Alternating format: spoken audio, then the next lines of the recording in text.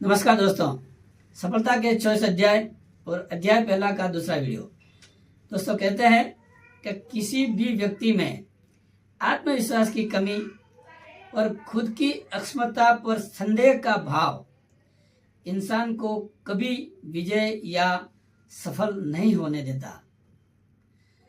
तो दूसरा उदाहरण यह है दोस्तों कि महाभारत के युद्ध में कुरुक्षेत्र में युद्ध शुरू होने वाला था और अर्जुन भगवान श्री कृष्ण से प्रश्न पूछते हैं और कहते हैं कि हे केशव, इंसान के जीवन में सिद्धियां क्यों नहीं मिलती हैं? वो आगे क्यों नहीं बढ़ पाता है?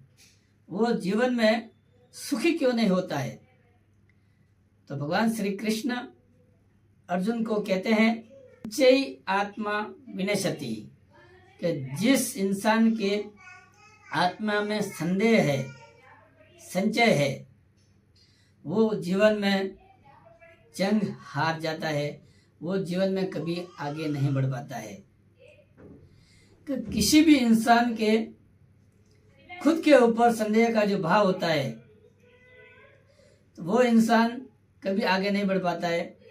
और जिसके पास कुछ भी साधन नहीं होता है, वो इंसान खुद के विश्वास पर, अपने दम पर वो दुनिया की हर जंग जीत जाता है, हर कठिनाई को फेस कर देता है।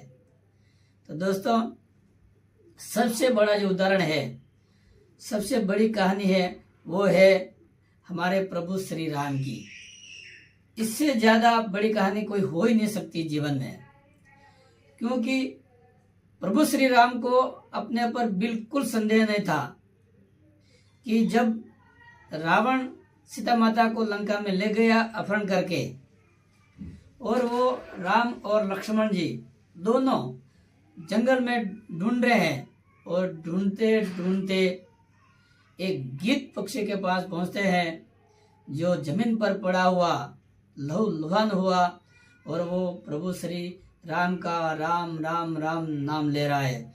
और जैसे ही प्रभु श्री राम उसके पास पहुंचते हैं और वो पूछते हैं कि भाई ये हालत आपकी किसने की, तो पहली बार सीता माता का बताया जटायु ने प्रभु श्री राम को बताया कि माता सीता को लंका का राजा रावण यहाँ से अपहरण करके लेके गया है, और मैं उनसे युद्ध लड़ा, लेकिन उनकी तलवार से, रावण ने अपने तलवार से मुझे मेरे पंख काट दिए और मैं जमीन पर गिर पड़ा।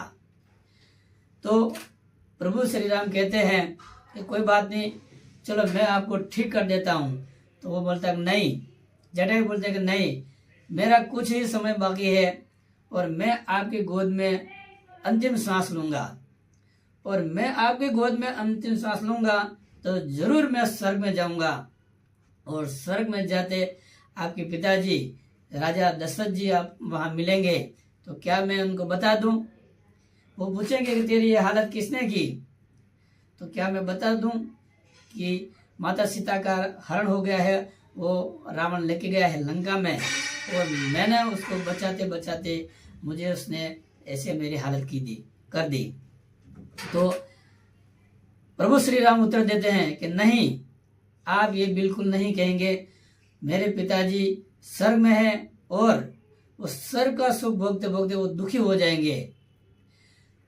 अगर मुझे आप श्री राम कहते हैं तो मैं खुद अब दक्षिण दिशा में जाऊंगा और रावण की लंका में जाकर, उसके घर में जाकर उसको मारूंगा, और मेरे हाथ से अगर वो मरेगा तो जरूर वो स्वर्ग में जाएगा, और वहां मेरे पिताजी उसको पूछेंगे कि तेरी ये हालत किसने की, तो रावण खुद बताएगा कि मैंने आपकी बहू का अपहरण किया, तो आपके बेटे ने, प्रभु श्री राम ने मेरी ये हालत की।